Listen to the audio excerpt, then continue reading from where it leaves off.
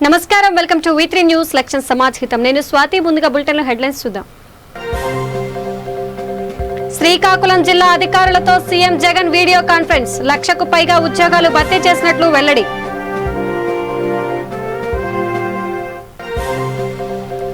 ఈ నెల 22న దత్తత గ్రామంలో సీఎం కేసీఆర్ పర్యటన. ఏర్పాట్లను పరిశీలించిన కలెక్టర్ పమేలా సత్పత్తి.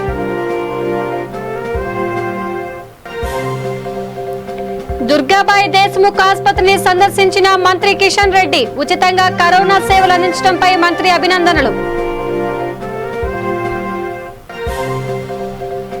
బన్సీలాల్పేటలో పలు అభివృద్ధి పనులకు శంకుస్థాపన. నియోజకవర్గం అభివృద్ధికి మంత్రి తలసాని కృషి.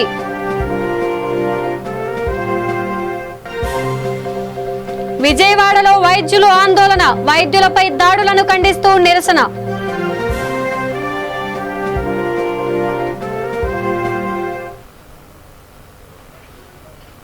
ఇక డీటెయిల్స్ లోకి వెళ్తే, అధికారంలోకి వచ్చిన 4 నెలల్లోనే 1,00,000కు పైగా ఉద్యోగాలు భర్తీ చేశామని జగన్ తెలిపారు. ఒకేసారి 1,00,000కు పైగా ఉద్యోగాలు భర్తీ చేసిన చరిత్ర దేశంలో ఎక్కడా లేదని ఆయన అన్నారు. జగన్ జాబ్ కార్డు విడుదల చేసిన సందర్భంగా శ్రీకాకుళం జిల్లా అధికారులతో వీడియో కాన్ఫరెన్స్ నిర్వహించారు. ఈ సందర్భంగా జగన్ మాట్లాడుతూ వాలంటీర్ వ్యవస్థను ప్రవేశపెట్టి రాష్ట్రంలోని 2.50 లక్షలకు పైగా నిరుద్యోగులకు ఉపాధి కల్పిస్తున్నట్లు చెప్పారు. సీఎం ఆదాయం తగ్గిన ఈ ప్రతికూల పరిస్థితుల్లోనూ రాష్ట్రంలో అభివృద్ధి సంక్షేమ కార్యక్రమాలు ఆపలేదన్నారు. ప్రభుత్వం 3,500 కోట్ల భారం పడుతున్న ఆర్టీసీని ప్రభుత్వంలో విలీనం చేసి 51,387 మందికి ఉద్యోగ భద్రత ఇచ్చామని సీఎం చెప్పారు.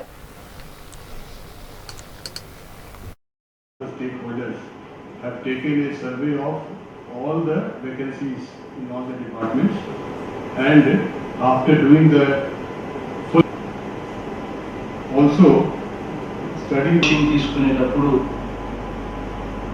ఎంత వ్యవధి కోచింగ్ కోసం పెట్టాలి, ఎందుకంటే కోచింగ్ మన గ్రామాలలో ఉండదు. కోచింగ్ తీసుకోవాలంటే ఎక్కడికో వెళ్ళి జిల్లా హెడ్ క్వార్టర్స్లోనూ, కార్పొరేషన్ హెడ్ క్వార్టర్స్లోనూ, సిటీలలోకి వెళ్ళి తీసుకోవాల్సిన అవసరం. అక్కడ మన ఇల్లు ఉండదు. ఇల్లు వాడికి తీసుకుని అక్కడ నెలల తరబడి కోచింగ్ తీసుకుంటున్నారు. ఆ కోచింగ్ తీసుకున్న తర్వాత ఉద్యోగాలు నోటిఫికేషన్ ఎప్పుడు ఇస్తారో కూడా తెలియని పరిస్థితుల్లో ఆ కోచింగ్ జరుగుతూనే ఉంటే ఆ పిల్లలకు మనోధైర్యం కూడా కోల్పోయే పరిస్థితి వస్తుంది. ఆ పరిస్థితులన్నీ కూడా మార్చి ఈరోజు వచ్చే 9 నెలల కాలంలో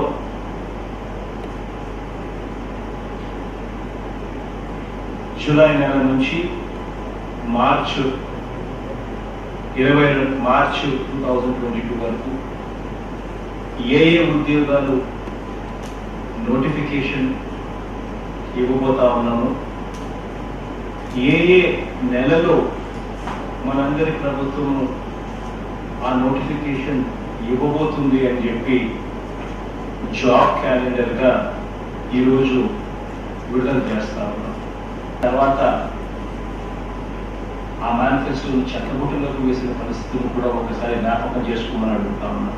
ఈరోజు కోవిడ్ పరిస్థితిలో ఉన్నా కూడా ఈరోజు రాష్ట్రానికి రెవెన్యూ రావాల్సిన ఆదాయం తగ్గినా కూడా ఈరోజు ఇటువంటి ప్రతికూల పరిస్థితుల్లో కూడా దేవుడి దయతో ఎక్కడా కూడా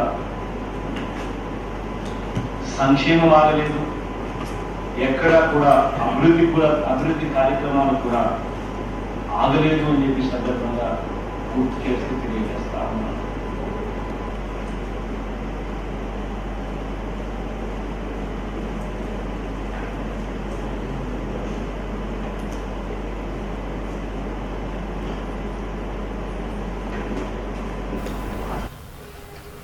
ఇక తెలంగాణ సీఎం కేసీఆర్ ఈ నెల 22న యాదాద్రి జిల్లాలో పర్యటించనున్నారు. ఈ పర్యటనలో భాగంగా ఆయన పలు కీలక ప్రకటనలు చేయనున్నట్టు తెలుస్తోంది. కాగా తుర్కపల్లి మండలం వాసాలమరిని కేసీఆర్ దత్తత తీసుకున్న విషయం తెలిసిందే. గతేడాది ఈ ప్రాంతంలో పర్యటించిన సందర్భంగా 100 కోట్ల రూపాయలతో గ్రామాన్ని అభివృద్ధి చేస్తానని సీఎం హామీ ఇచ్చారు. అంతేకాదు ఎర్రవల్లి తరహాలో వాసాలమరిని కూడా అభివృద్ధి చేస్తానని ప్రకటించారు.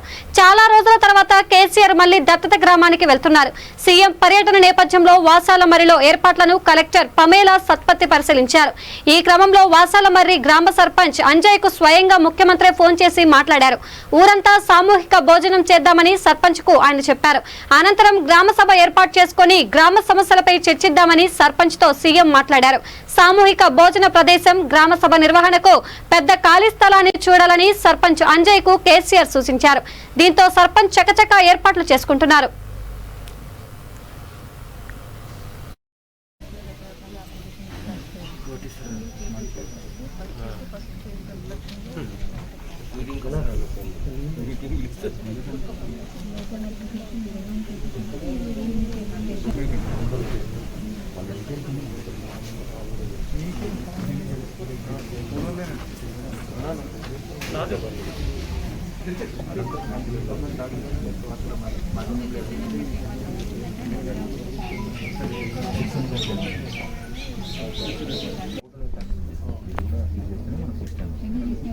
అంటే మనకి ఇప్పుడు రోడ్స్ అన్నీ కూడా స్ట్రైట్ చేయాలి.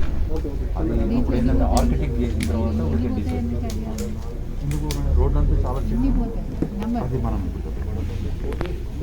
అది ఎందుకంటే ఇప్పుడు ప్లాన్ ప్రకారం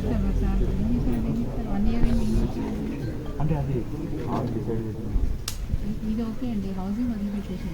610 కావాలి.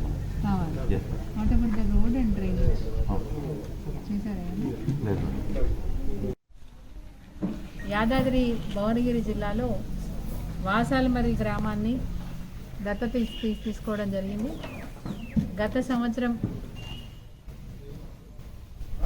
నవంబర్ నెలలో ఈ గ్రామానికి వచ్చినప్పుడు ఈ గ్రామాన్ని దత్తత తీసుకొని ఒక మోడల్ విలేజ్గా ఈ జిల్లాకి కానుకగా ఇవ్వాలని చెప్పి ముఖ్యమంత్రి గారు అనుకున్నారు. సో అంటే ఈ గ్రామాన్ని ఏ విధంగా అభివృద్ధి చేస్తున్నారో అదేవిధంగా అన్ని గ్రామాలు కూడా ఈ గ్రామాన్ని ఆదర్శంగా తీసుకొని మిగతా గ్రామాలు కూడా మరి అభివృద్ధి పదంలో నడవాలనేది ముఖ్యమంత్రి గారి ఉద్దేశం. సో దత్తత తీసుకున్నాక అనివార్యాల కారణాల వల్ల మనందరికీ తెలుసు గత సంవత్సరం నుంచి కూడా లాక్డౌన్ వల్ల మరి ఏ పనులు కూడా మనం స్టార్ట్ చేయలేకపోయినాం. అయినప్పటికీ కూడా గ్రామ సభ నిర్వహించి గ్రామస్తుల యొక్క అభిప్రాయాలు తీసుకొని ఈ గ్రామ అభివృద్ధి కోసం మరి ఏ విధంగా ప్రణాళికలు చేస్తే బాగుంటుందో ఇప్పటికే అధికారులు కొంత సమాచారాన్ని సేకరించి ప్రణాళికలు కూడా సిద్ధం చేసిన సందర్భం. అయితే ఈ గ్రామం హైదరాబాద్కి 70 కిలోమీటర్లు ఉన్నప్పటికీ కూడా యాదాద్రి భువనగిరి జిల్లా హెడ్ క్వార్టర్కి దాదాపు 20 నుంచి 22 కిలోమీటర్ల దూరంలో ఉంటుంది. అదేవిధంగా మండలానికి ఒక 3 కిలోమీటర్ల దూరంలో, మండల హెడ్ క్వార్టర్కి 3 కిలోమీటర్ల దూరంలో ఉంది. మరి ఈ గ్రామంలో ప్రస్తుతం ఉన్న జనాభా 2373. 2011 సెన్సస్ ప్రకారం చూసుకుంటే 1514 మంది ఉంటే ప్రస్తుతం ఉన్న జనాభా చూసుకుంటే 2373. ఇందులో ఎక్కువ వరకు బీసీ సామాజిక ఒక్క పైసా ఖర్చు లేకుండా ఉచితంగా కరోనా సేవలను అందిస్తున్న దుర్గాబాయి దేశ్ముఖ్ ఆసుపత్రిని కేంద్ర సహాయ శాఖ మంత్రి కిషన్ రెడ్డి అభినందించారు. నగరంలోని ఆసుపత్రిని సందర్శించిన ఆయన మీడియాతో మాట్లాడారు. భారత ప్రధాని నరేంద్ర మోదీ దేశ ప్రజలకు ఇప్పటివరకు 80 లక్షల మందికి టీకాలను అందజేశారని తెలిపారు. ప్రతి ఒక్క ఆసుపత్రిలో ఉచిత సేవలు అందిస్తుండగా అందులో దుర్గాబాయి దేశ్ముఖ్ ఒకటి అని కొనియాడారు. ఐసోలేషన్ వార్డు, నాన్ ఐసోలేషన్ వార్డులోని రోగులను ప్రత్యక్షంగా పరిశీలించారు.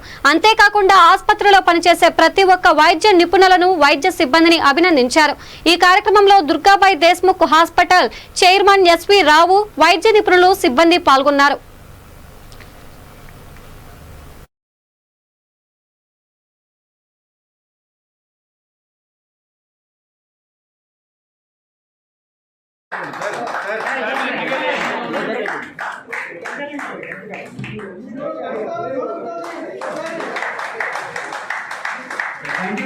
ప్రసన్న గ్లోబల్ డేటా మీరు మా స్పాన్సర్ అండి.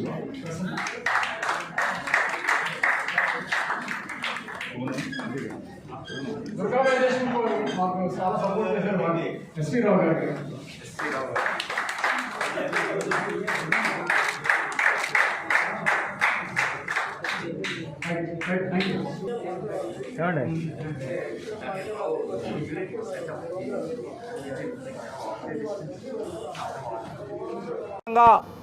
మరి దుర్గాబాయి దేశ్ముఖ్ హాస్పిటల్ సంబంధించినటువంటి యాజమాన్యం యొక్క సౌజన్యంతో ఇక్కడ కూడా సక్షం ద్వారా సేవాభారతి ద్వారా ఐసీయూ బెడ్స్ కావచ్చు, లేకపోతే కరోనా బెడ్స్ కావచ్చు ఏర్పాటు చేసి పూర్తి స్థాయిలో ఒక్క నయా పైసా ఖర్చు లేకుండా పేషెంట్కు ఉచితంగా వైద్యం అందించేటువంటి కార్యక్రమం విజయవంతంగా కొనసాగిస్తున్నారు. ఇది కరోనా పూర్తిగా మరి అరికట్టేంత వరకు కూడా ఈ కేంద్రాలు కొనసాగుతాయి. ఈరోజు దేశవ్యాప్తంగా బస్తీలలో ఆహార పొట్లాలు కానీ, గ్రాసరీస్ కానీ, మరి ఆహార ధాన్యాలు కానీ అన్ని రకాలుగా వైద్యం కానీ అందుబాటులో ఉండే విధంగా సక్షం ద్వారా సేవాభారతి ద్వారా కొనసాగిస్తూ ఉన్నారు. వాళ్లకు నేను ఆ సంస్థకు సంబంధించినటువంటి మరి కార్యవర్గానికి, అదేవిధంగా దుర్గాబాయి దేశ్ముఖ్ హాస్పిటల్కి సంబంధించినటువంటి చైర్మన్ అయినటువంటి రంగారావు గారికి, డాక్టర్లకు, సిబ్బందికి, కార్యవర్గాన్ని కూడా నేను ప్రజల తరఫున వాళ్ళు చేస్తున్నటువంటి సేవలకు అభినందనలు తెలియజేస్తూ వాళ్ళని అభినందించడానికే ఈరోజు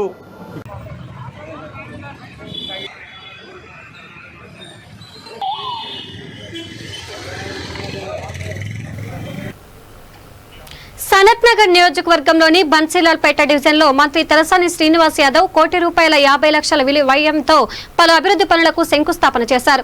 బన్సీలాల్పేట కమాన్ నుంచి మల్టీపర్పస్ ఫంక్షన్ హాల్ వరకు చేపట్టనున్న ఫుట్పాత్ నిర్మాణ పనులను ఆయన ప్రారంభించారు. జయప్రకాష్ నగర్ లో sewerage pipe line, CC Nagar లో సీవరేజ్ లైన్ రీమోల్డింగ్ పనులతో పాటు మేకల నుండి గొల్ల కొమరయ్య కమ్యూనిటీ హాల్ వరకు చేపట్టనున్న సీవరేజ్ లైన్ రీమోల్డింగ్ నిర్మాణ పనులను ఆయన ఆరంభించారు. అదేవిధంగా గాంధీనగర్, మేకల మండి ప్రాంతాల్లో చేపట్టనున్న తాగునీటి పైప్ లైన్ పనులతో పాటు మేకల మండి నుంచి కవాడిగూడ మెయిన్ రోడ్డు వరకు చేపట్టనున్న సీవరేజ్ లైన్, జయనగర్ లో కమ్యూనిటీ హాల్ నిర్మాణ పనులను మంత్రి తలసాని ప్రారంభించారు.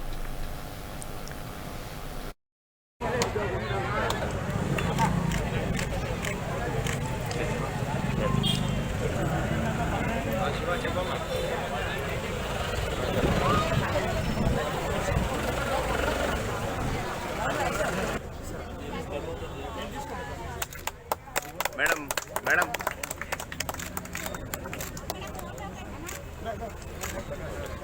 జరుగు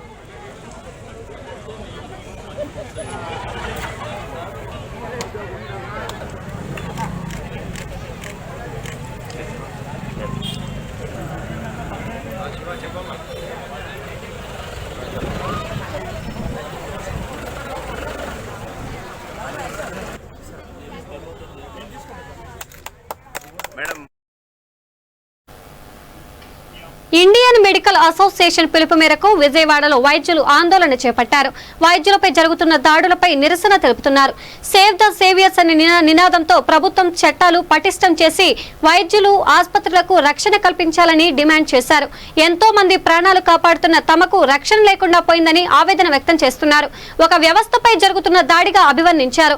వైద్యం, ఆరోగ్యం అనేది ప్రతి ఒక్కరి బాధ్యతని, ఈ బాధ్యతల నుంచి అందరూ తప్పుకొని డాక్టర్లనే బాధ్యులుగా చేస్తూ దాడులు చేయటం బాధాకరమన్నారు.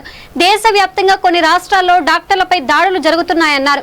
పేషెంట్లు చనిపోగానే డాక్టర్లపై దాడులు, ఆసుపత్రులను విధ్వంసం చేయటం ఇది మంచి పరిణామం కాదని అన్నారు.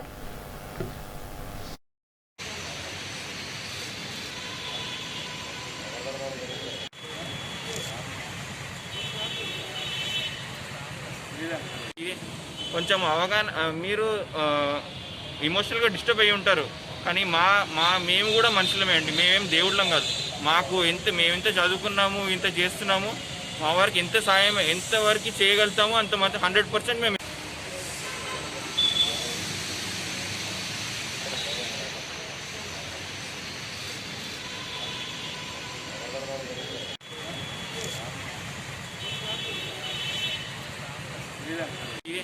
కొంచెం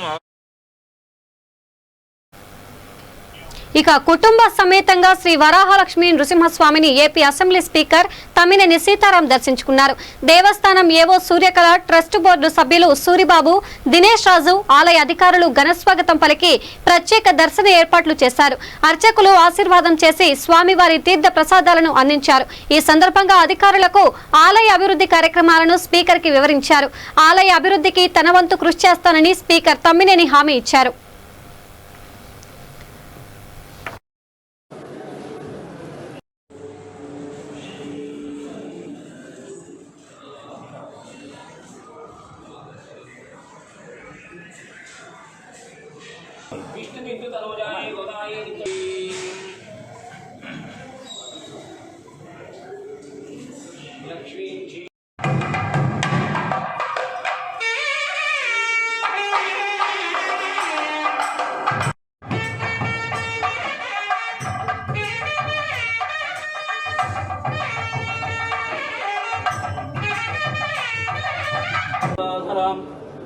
వాం త్రైలోక్యకుటుంబినీం సరసియాం వందే ముకుంద ప్రియాం.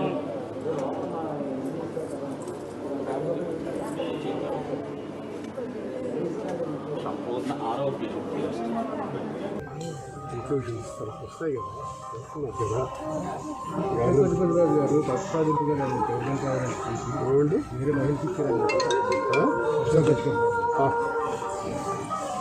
పూర్తి కూడా లేదు రిక్షర్ ధ్యేయంగా కనపడు అభిప్రాయం వారు చెప్తున్నారు. ఏదైనా అది మాన్సాస్ చట్టం దానికి పద్ధతి వ్యవహారం ఉంది కదా.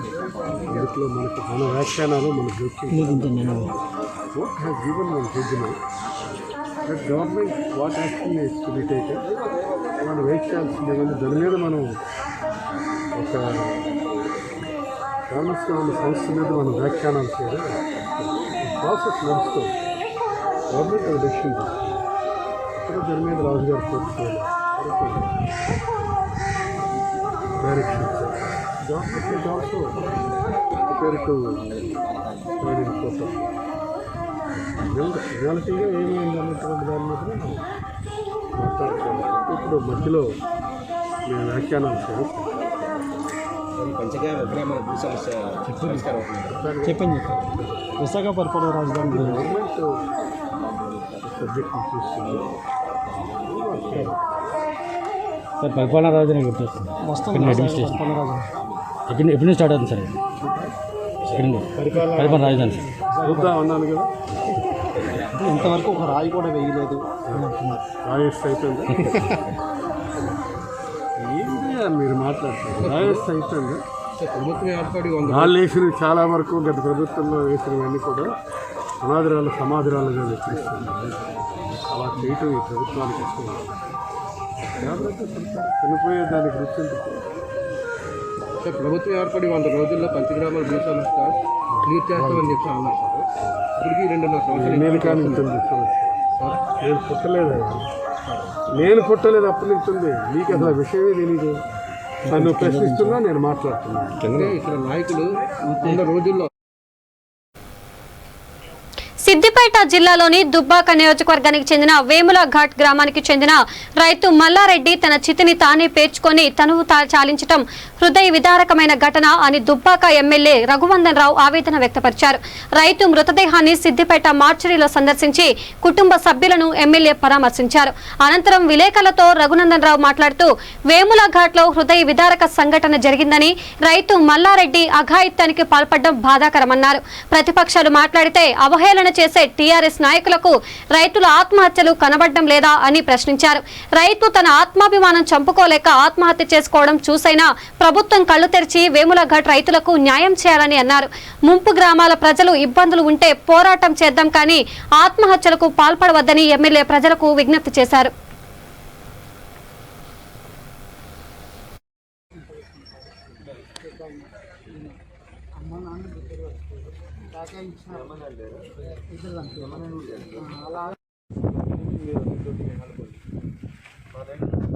మల్లపల్లి పిక్చర్లో బాగా పడుతున్నారు. ఏం లేకుండా సార్ అక్క ఇప్పుడు తల్లి చేసుకుంటా 2 సంవత్సరాలు అయింది. భూములు ఉంటే పోయినాయి.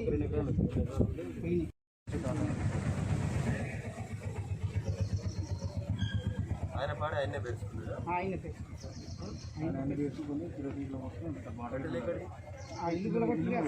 మీ రఘునందన్ రావు ప్రాజెక్టుల నిర్మాణం పేరిట జరుగుతున్నటువంటి భూసేకరణలో ప్రజలకు జరుగుతున్నటువంటి లాభాలు నష్టాలని బేరీజు వేసుకునేటువంటి సందర్భంలో ఒక హృదయ విదారకరమైనటువంటి సంఘటన ఈరోజు దుబ్బాక నియోజకవర్గ పరిధిలోని వేములగడ్ గ్రామ పంచాయతీ పరిధిలో జరిగింది.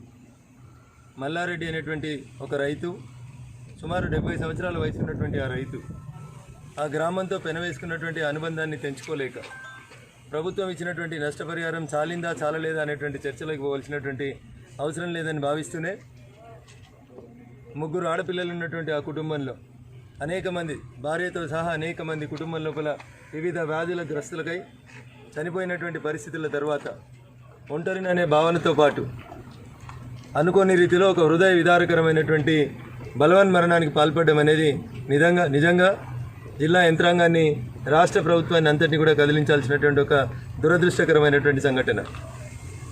పల్లెటూర్లలో ఉన్నటువంటి రైతులకి, పల్లెటూర్లలో ఉండేటువంటి జనానికి ఊరు మీద ఉన్నటువంటి ప్రేమ, తను కట్టుకున్నటువంటి ఇల్లు మీద ఉండేటువంటి ప్రేమ ఎట్లా ఉంటుంది అనేది మల్లారెడ్డి గారి చావును చూస్తే అర్థమవుతూ ఉంటుంది.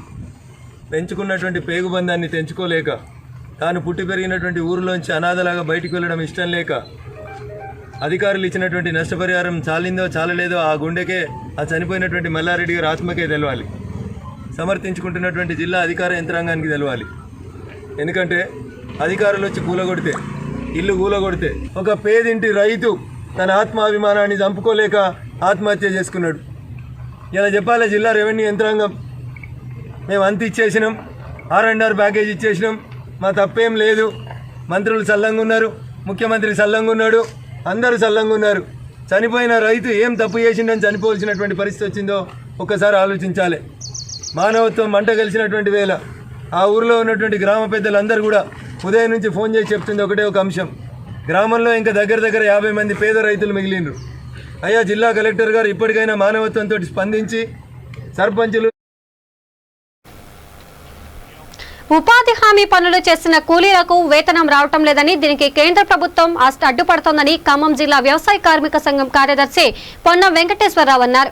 ఖమ్మం నగరంలోని సుందరయ్య భవన్లో ఏర్పాటు చేసిన మీడియా సమావేశంలో ఆయన మాట్లాడుతూ ఉపాధి హామీ పనులు చేసేవారిని కులాలను విభజించడం చాలా దుర్మార్గమైనదని దుయ్యబట్టారు. ప్రస్తుతం కేంద్ర ప్రభుత్వం రాజ్యాంగాన్ని కూడా ఉల్లంఘిస్తుందని మండిపడ్డారు. కనుక పేదవాళ్లకు పనైనా చూపెట్టండి, తిండైనా పెట్టినటువంటి నినాదం వ్యవసాయ కార్మిక సంఘాన్ని. ఈ సంఘం తరఫున రిప్రజెంటేషన్ చేసి ఆనాడు వామపక్ష ఎంపీల ఒత్తిడి మేరకు ఉపాధి హామీ పథకం వచ్చింది. ఈ ఉపాధి హామీ పథకానికి కొన్ని రూల్స్ రెగ్యులేషన్స్ ఉన్నాయి. వాటిని ప్రస్తుతం ఉన్నటువంటి బీజేపీ ప్రభుత్వం ఉల్లంఘిస్తూ ఉంది. ఏమిటా ఉపాధి హామీ పథకానికి ఉన్నటువంటి చట్టం, ఆ చట్టానికి ఉన్నటువంటి పరిధులు అని అంటే, ఈ ఉపాధి హామీ పథకానికి పని చేస్తే 15 రోజుల లోపల డబ్బులు రావాలి. కానీ ఈ సంవత్సరం ఎక్కడ ఇంతవరకు పే స్లిప్లు ఇవ్వలేదు, డబ్బులు ఇవ్వడం లేదు. 8 వారాలు 9 వారాలు పనిచేసి వాళ్ళకి డబ్బులు ఎన్ని వస్తున్నాయో తెలియదు, ఎట్టొస్తున్నాయో తెలియదు, ఎంత వస్తాయో తెలియదు, కానీ పని మాత్రం చేసి ఇచ్చారు. ఎందుకు రావడం లేదు అని చెప్పేసి పరిశీలన చేస్తే దీనికి ఇప్పుడు ప్రస్తుతం కేంద్ర ప్రభుత్వం అడ్డపడతా ఉంది. కేంద్ర ప్రభుత్వం ఈ ఉపాధి హామీ చట్టానికి, ఈ పనికి ఎస్సీ ఎస్టీ సబ్ప్లాన్ని పనిని ఈ రెండింటిని లింకు చేసి ఎస్సీ ఎస్టీ సబ్ప్లాన్ నిధులు సంబంధించి ఉపాధి హామీ పనికి ఇచ్చేటటువంటి డబ్బుల్ని కోత వేయడం కోసం ప్రయత్నం చేస్తూ ఉన్నారు. ఉపాధి హామీ పన్నులలో కులాల వారి విభజించడం. ఇక నెల్లూరు జిల్లాలో భారీగా ఇసుక మాఫియా జరుగుతుందని టీడీపీ ఆరోపిస్తోంది. అధికారులు ఇచ్చిన అనుమతులపై ఆరా తీస్తోంది. ఇంట్లో భాగంగా నెల్లూరు నగర పరిధిలో విస్తృతంగా టీడీపీ నేతలు పర్యటించారు. జిల్లాలో ఇసుక మాఫియా ఆగడాలను సహించబోమని నెల్లూరు పార్లమెంట్ టీడీపీ అధ్యక్షుడు అబ్దుల్ అజీజ్ అన్నారు. పార్టీ నాయకులతో కలిసి నెల్లూరు గ్రామీణ నియోజకవర్గం గొల్లకందుకూరు ఇసుక రేవును పరిశీలించారు. అధికారులు అవినీతికి పాల్పడితే సహించేది లేదని హెచ్చరించారు.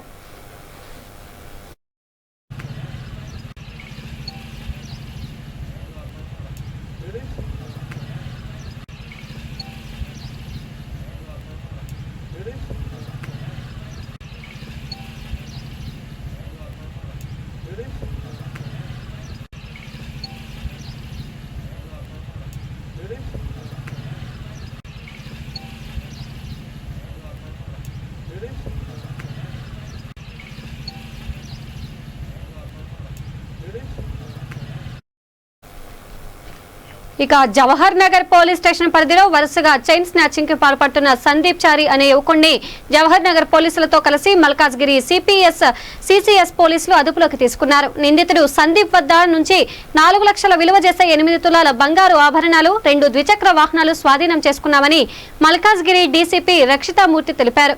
నిందితుడిపై జవహర్ నగర్ పోలీస్ స్టేషన్లో 6 కేసులు ఉన్నట్లు చెప్పారు.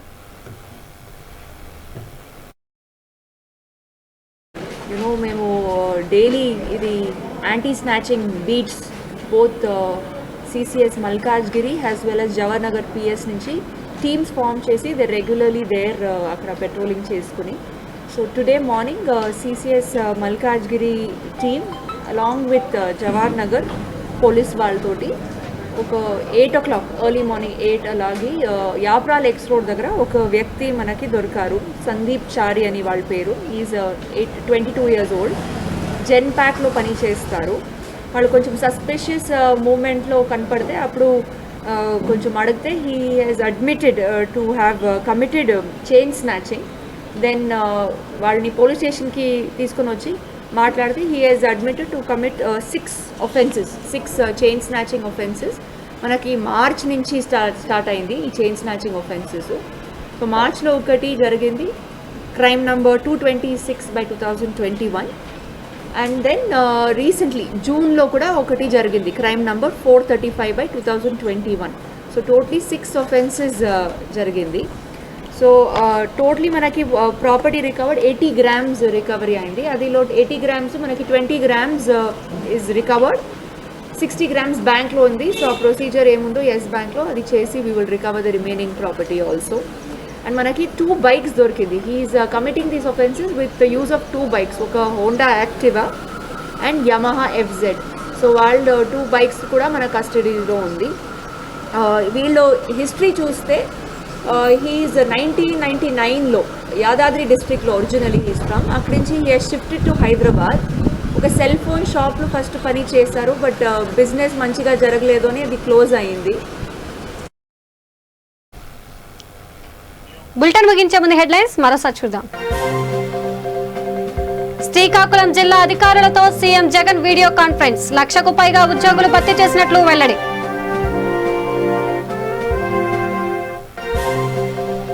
ఈ నెల 22న దత్తత గ్రామంలో సీఎం కేసీఆర్ పర్యటన, ఏర్పాట్లను పరిశీలించిన కలెక్టర్ పమేలా సత్పతి.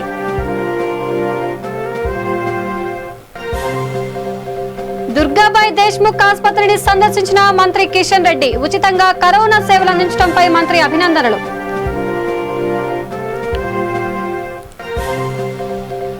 బన్సీలాల్పేటలో పలు అభివృద్ధి పనులకు శంకుస్థాపన, నియోజకవర్గం అభివృద్ధికి మంత్రి తలసాని కృషి.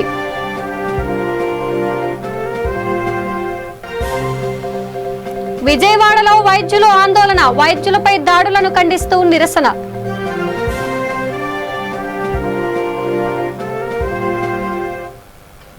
ఇవి బులెటిన్ అప్డేట్స్. చూస్తూనే ఉండండి V3 న్యూస్, లక్ష్యం సమాజ్ హితం. నమస్కారం.